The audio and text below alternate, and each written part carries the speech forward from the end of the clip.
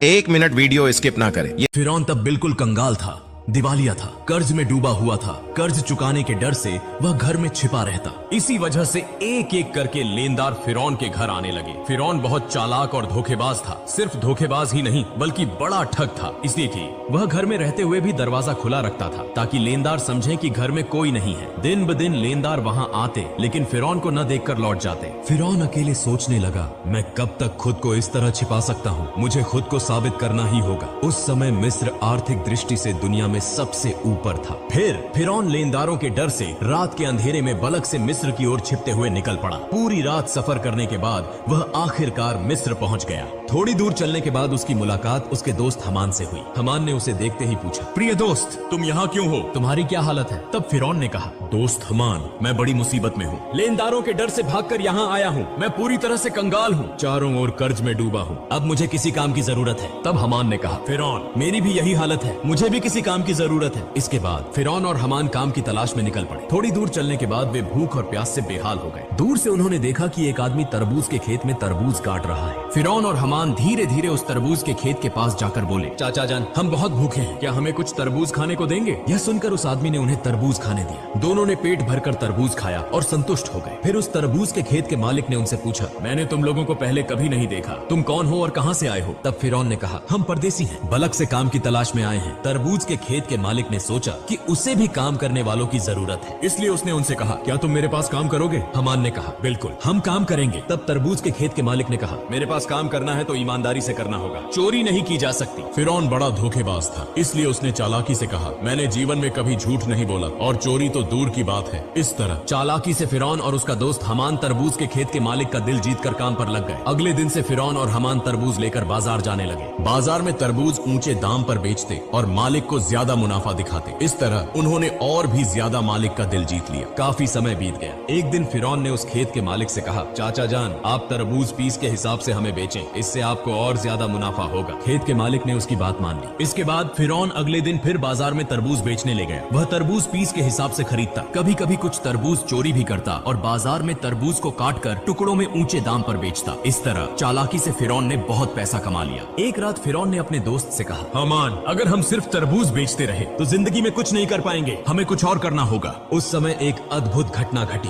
मिस्र के बादशाह ने अपनी सेना के माध्यम से देश में एक घोषणा जारी की। सैनिक विभिन्न स्थानों पर जाकर कहने लगे, यह सूचित किया जाता है कि मिस्र के कब्रिस्तान में एक चौकीदार की आवश्यकता है। यदि कोई व्यक्ति इस नौकरी को करना चाहता है तो वह तुरंत मिस्र के बादशाह के दरबार में संपर्क करे। यह कहकर सैनिक वहाँ से चले गए। इस बात को प्रत्यक्ष और परोक्ष रूप से सुनने के बाद फिरौन ने अपने दोस्त हमान से कहा, हमान, चलो हम राज दरबार में चलते हैं। हमान ने कहा, मुझे लगता है कि यह संभव नहीं होगा। तब फिरौन ने कहा, इस काम को हाथ से जाने नहीं देना चाहिए, चलो एक बार कोशिश करते हैं। इसके बाद फिरौन और हमान बिना देरी किए मिस्र के राज दरबार में पहुंचे। मिस्र के बादशाह ने उनसे पूछा, तुम लोग कौन हो और क्या चाहते हो? तब फिरौन ने हाथ जोड़कर निवेदन किया, मैं एक मुसाफिर हूँ, परदेश से आया हूँ, मैं बहुत ही जरूरतमंद हूँ। मैंने सुना है कि आप कब्रिस्तान के चौकीदार की नियुक्ति करेंगे, कृपया मुझे यह नौकरी दे दे, मैं जीवन भर आपका आभारी रहूंगा। मिस्र के बादशाह ने फिरौन को देखकर मन ही मन सोचा, उसका शरीर मजबूत है और चेहरा भी अच्छा है, लगता है वह इस काम को कर पाएगा। यह सोचकर बादशाह ने फिरौन को कब्रिस्तान के चौकीदार की नौकरी पर नियुक्त कर दिया।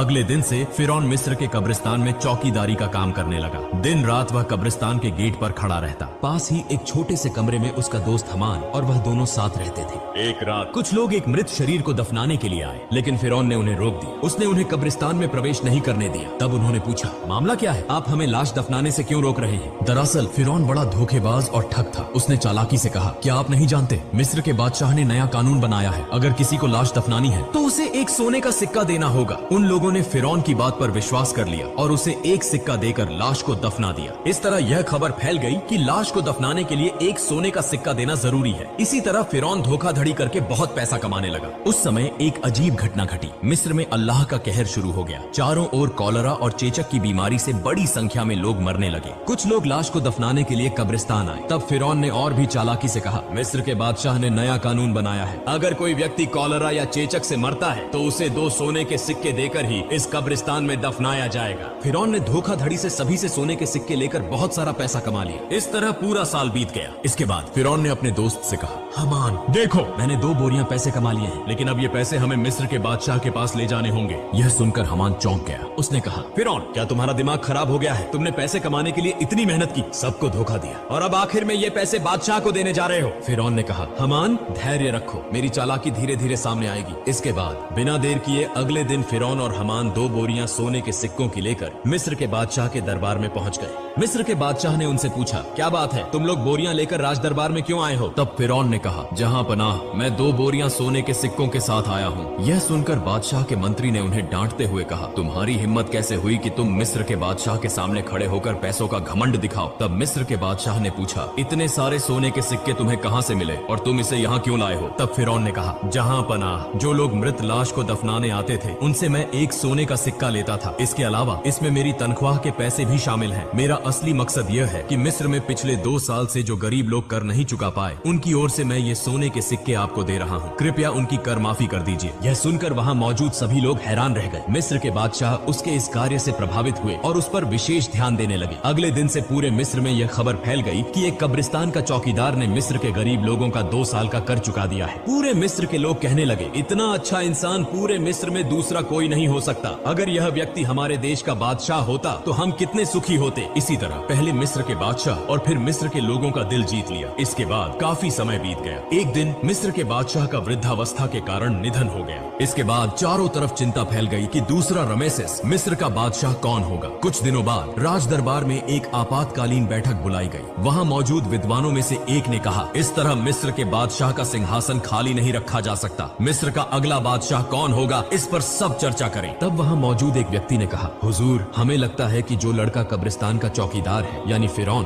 उसकी कद काठी और स्वभाव दोनों ही उपयुक्त हैं। वह बहुत अच्छा है और जनता का भी ख्याल रखता है। हमें लगता है कि उसे ही बादशाह बनाया जाना चाहिए। तब वह विद्वान व्यक्ति बोला, ठीक है, तो ऐसा ही हो। सबकी सहमति से फिरौन मिस्र का बादशाह बन गया। जो व्यक्ति एक दिन तरबूज बेचता था, जो कभी कब्रिस्तान का चौकीदार था, आज भाग्य के पलटने से वह पूरे मिस्र का बादशाह बन गए। असल में फिरौन कितना घटिया इंसान था यह किसी को मालूम नहीं था। इधर फिरौन के मिस्र का बादशाह बनने के बाद उसने फिर से तरह तरह की चालाकी और धोखाधड़ी शुरू कर दी। उसने अपने दोस्त हमान को मंत्री बना दिया। एक दिन फिरौन राज दरबार में बैठा था। उसने अचानक घोषणा की, पिछले 1 साल में मिस्र के किसी भी व्यक्ति को कर चुकाने की जरूरत नहीं है। यह सभी कर फिरौन की ओर से माफ किए जाते हैं। यह खबर सुनकर मिस्र के गरीब लोग बहुत खुश हुए। बाद में जब वहाँ कोई और नहीं था तो हमान ने कहा, दोस्त फिरौन, अगर तुम इस तरह सारा कर माफ कर दोगे तो बादशाहत कैसे चलेगी? फिरौन ने कहा, हमान धैर्य रखो, इसके बाद मैं ऐसी चाल चलूंगा कि जीवन भर हम ही पूरे विश्व के बादशाह बने रहेंगे। ऐसी कोई ताकत नहीं होगी जो हमें हरा सके। इसके लिए योजना बनानी होगी। इस बात को कहकर वे दोनों एक एक करके चले गए। अगले दिन से पूरे मिस्र में फिरौन का नाम चर्चित होने लगा। इसी समय हमान ने फिरौन को बुलाकर कहा, मित्र फिरौन, अगर तुम जीवन भर बादशाह बने रहना चाहते हो तो तुम्हें कुछ काम अवश्य करने होंगे। तब फिरौन ने पूछा, वो काम क्या है? इसके बाद हमान ने एक एक करके सब कुछ बताया। फिर फिरौन ने राज दरबार में एक आपातकालीन बैठक का आयोजन किया। फिरौन ने कहा, आज से पूरे मिस्र में कोई शिक्षा व्यवस्था नहीं होगी। सभी पाठशालाएं बंद कर दी जाएंगी। फिरौन ने शाही फरमान दिया, मिस्र के किसी व्यक्ति को शिक्षा लेने और देने की अनुमति नहीं होगी। यदि कोई इस आदेश का उल्लंघन करता है तो उसे मौत की सजा दी जाएगी। पूरे मिस्र में जो लोग छोटे छोटे पत्थरों की मूर्तियां बनाकर पूजा करते थे, उन्हें आदेश दिया गया कि वे उन मूर्तियों को तोड़कर केवल फिरौन की मूर्ति की पूजा करें। इस प्रकार थोड़े ही समय में फिरौन के डर से लोगों ने पढ़ाई लिखाई बंद कर दी और पूरे मिस्र के लोग अल्लाह को भूलकर अज्ञानी और अंधविश्वासी बन गए। लोग पूरी तरह से जानवरों की तरह व्यवहार करने लगे। इसके बाद फिरौन अत्यधिक घमंडी हो गया। वह खुद को इतना बड़ा मानने लगा कि अहंकार से भरकर खुद को खुदा घोषित कर दिया। दिन ब दिन जनता पर कर की मात्रा बढ़ा दी। अन्याय और अत्याचार बढ़ने लगे। फिरौन ने पूरे मिस्र पर अकेले शासन करना शुरू कर दिया। ब्याज, रिश्वत, व्यभिचार और अनैतिकता की घटनाएं बढ़ने लगी। संक्षेप में फिरौन बनी इसराइल के लोगों को अपमानित और अत्याचार करने लगा। सिर्फ आसिया को छोड़कर कोई भी फिरौन के अपमान और अत्याचार से बच नहीं पाता था, क्योंकि आसिया उस समय की सबसे सुंदर, गुणवान और धार्मिक महिला थी। इसीलिए कई साल बाद फिरौन ने आसिया को अपनी बीवी के रूप में स्वीकार किया। एक दिन आसिया अपने कक्ष में बैठी हुई थी। वह मन ही मन सोच रही थी, जिस तरह मेरे शौहर फिरौन देश की जनता पर अन्याय कर रहे हैं और खुद को खुदा कह रहे हैं, इससे वे न केवल अल्लाह के गुस्से के शिकार होंगे बल्कि पूरे देश को भी बर्बाद कर देंगे। उसी समय फिरौन उस कक्ष में प्रवेश करते हुए बोला, आसिया, तुम इतनी चिंतित क्यों दिख रही हो? तब आसिया ने कहा, प्रिय शौहर, आप यह तो जानते ही हैं कि यह धरती, चांद, सूरज, आसमान और जमीन सब कुछ महान अल्लाह ताला ने बनाया है। इसलिए चाहे इंसान कितनी भी शक्ति प्राप्त कर ले, वह एक छोटा सा कीट भी नहीं बना सकता। इंसान नश्वर है, एक दिन सबको इस दुनिया को छोड़कर जाना होगा। इसलिए आप खुद को खुदा कहना बंद करें और अल्लाह के रास्ते पर वापस लौट आएं। यह सुनते ही फिरौन बहुत गुस्से में आ गया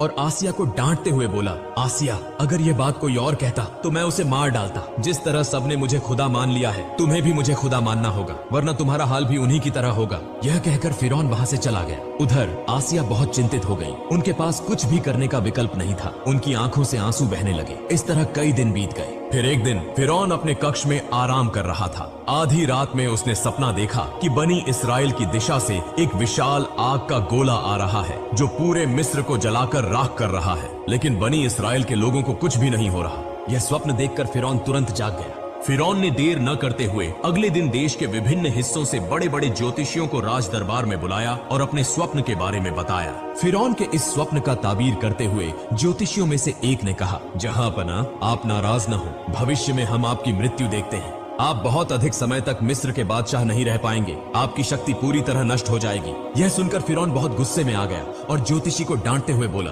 क्या कह रहे हो? मुझे शक्ति से बेदखल करने वाली कोई ताकत है क्या? तब ज्योतिषी ने कहा, बनी इस्राएल में से एक लड़का जिसका नाम मूसा है आपकी शक्ति समाप्त कर देगा। यह कहकर वे वहां से चले गए। कुछ दिन बाद फिरौन ने हमान से कहा, मिस्र के हर घर में यदि कोई लड़का बच्चा हो तो तुम अपनी सेना लेकर उसे मार डालो। फिरौन के आदेश पर हमान अपनी सेना के साथ मिस्र के हर घर में घुसकर बेटों को मारने लगा। तफसीरकारों के अनुसार इस तरह लगभग 80,000 बेटों की हत्या करने के बाद फिरौन ने फिर से मिस्र के सबसे बड़े ज्योतिषियों को गणना करने के लिए बुलाया। फिर ज्योतिषियों ने कहा, जहांपना, हम गणना करके देख रहे हैं, आपके द्वारा मारे गए लड़कों में मूसा नामक लड़का नहीं है। फिरौन ने कहा, अच्छे से गणना करो। इस बार ज्योतिषियों ने कहा, जहांपना, हम गणना करके देख रहे हैं, चाहे आप उसे मारने की कितनी भी कोशिश करें, आप उसे मार नहीं सकते। मूसा नामक यह लड़का आपकी शक्ति को नष्ट कर देगा और वह लड़का अब बच्चा है। यह सुनते ही फिरौन और गुस्से में आ गया और तुरंत आदेश दिया, तुम लोग हर घर में जाकर तलाशी लो, जहां भी मूसा होगा उसे मार डालो। यह खबर पूरे मिस्र में फैल गई। तब हजरत मूसा अलैहिस्सलाम की माँ बहुत चिंतित हो गई।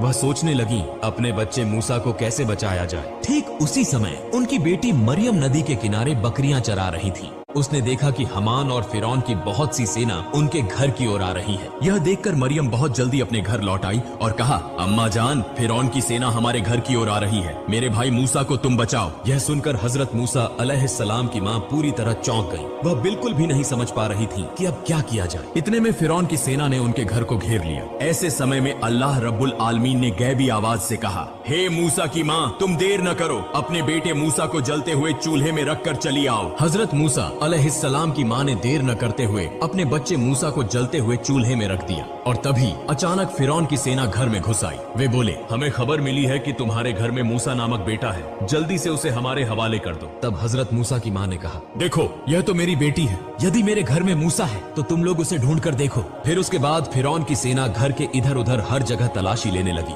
लेकिन कहीं भी कुछ नहीं मिला।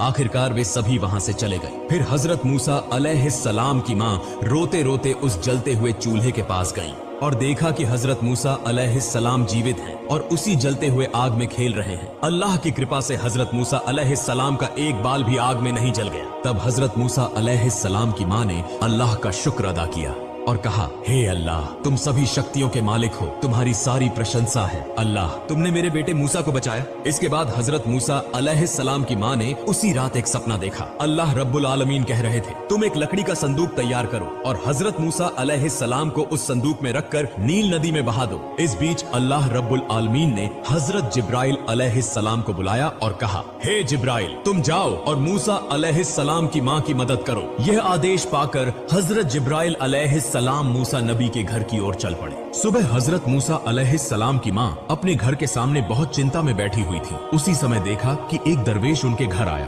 फिर मूसा नबी की माँ ने कहा, आप कौन हैं? मुझे तो आप पहचान में नहीं आ रहे। तब वह व्यक्ति अपना परिचय छुपाते हुए बोला, मैं एक बढ़ई हूँ, क्या आपको कोई लकड़ी का सामान बनवाना है? तत्क्षण मूसा नबी की माँ बोली, बिल्कुल, मुझे एक लकड़ी का संदूक बनवाना है। और इस तरह अल्लाह ताला ने उस दिन जिब्राइल अलैहिस्सलाम के माध्यम से मूसा अलैहिस्सलाम की माँ को संदूक बनाने में मदद की। फिर मूसा अलैहिस्सलाम को नील नदी में बहा दिया। अल्लाह की क्या कुदरत! नील नदी का प्रभाव जिस दिशा में बहता है, हजरत मूसा अलैहिस्सलाम का लकड़ी का संदूक उसके विपरीत दिशा में बहता रहा। इस तरह बहते बहते हजरत मूसा अलैहिस्सलाम का लकड़ी का संदूक फिरौन के राज दरबार के पास पहुंच गया। वहां फिरौन और उसकी पत्नी माँ आसिया और अन्य दासियां मौजूद थी। जैसे ही उन्होंने संदूक देखा, माँ आसिया तुरंत आगे बढ़ी। माँ आसिया ने संदूक खोला और देखा कि उसमें एक सुंदर बच्चा पड़ा है। उसके मस्तक पर जैसे नूर का उजाला चमक रहा हो। इतना सुंदर बच्चा उन्होंने कभी नहीं देखा था। इसलिए बिना देर किए माँ आसिया ने मूसा अलैहिस्सलाम को अपनी गोदी में उठा लिया और फिरौन के पास जाकर बोली, देखिए कितना सुंदर बच्चा, इस बच्चे को मैं पालूंगी। यह सुनकर फिरौन ने कहा, नहीं, यह बच्चा शायद हमारा दुश्मन होगा, यह जरूर बनी इसराइल में से कोई बच्चा होगा, इसे मैं मार डालूंगा। तब माँ आसिया ने कहा, क्या कह रहे हैं? अगर यह बनी इसराइल का कोई बच्चा होता तो यह नदी के बहाव में उलटी दिशा में कैसे आया? इसे तो उस दिशा में जाना चाहिए था। यह तर्क सुनकर फिरौन ने कुछ नहीं कहा, बस इतना कहा, ठीक है, तुम इस बच्चे को पाल सकती हो। फिर माँ आसिया हजरत मूसा अलैहिस्सलाम को लेकर राज दरबार में प्रवेश कर गईं। जब फिरौन ने मूसा अलैहिस्सलाम को अपनी गोदी में उठाया और उसे अपने बेटे की तरह प्यार करने के लिए, चूमने के लिए आगे बढ़े, उसी समय हजरत जिब्राइल अलैहिस्सलाम ने अल्लाह के आदेश पर उस छोटे से बच्चे के हाथ से इतनी जोर से फिरौन को थप्पड़ मारा कि राज दरबार कांप उठा। ऐसा लगा जैसे भूकंप शुरू हो गया हो। तब फिरौन के मन में संदेह उत्पन्न हुआ। वह मन ही मन सोचने लगे, यह बच्चा निश्चित रूप से सामान्य बच्चा नहीं है, इसे परखना होगा। फिर फिरौन ने एक व्यक्ति से कहा, जाओ थोड़ा सा सोना लाओ और उसके साथ आग भी ले आओ, इस बच्चे को परखते हैं। यह सुनकर वहां उपस्थित सभी लोग हैरान रह गए। जब वह व्यक्ति सोना और आग लेकर आया, उसी समय अल्लाह रब्बुल आलमीन ने हजरत जिब्राइल अलैहिस्सलाम के माध्यम से हजरत मूसा अलैहिस्सलाम का हाथ आग की ओर घुमा दिया और हजरत मूसा अलैहिस्सलाम चीखते हुए रोने लगे। तब माँ आसिया बोली, आप जैसे कठोर हृदय और निर्दयी इस दुनिया में और कोई नहीं होगा। इस छोटे से बच्चे को क्या आग और सोने का कोई अंतर पता है? इसके बाद फिरौन के मन का संदेह दूर हो गया और इस प्रकार हजरत मूसा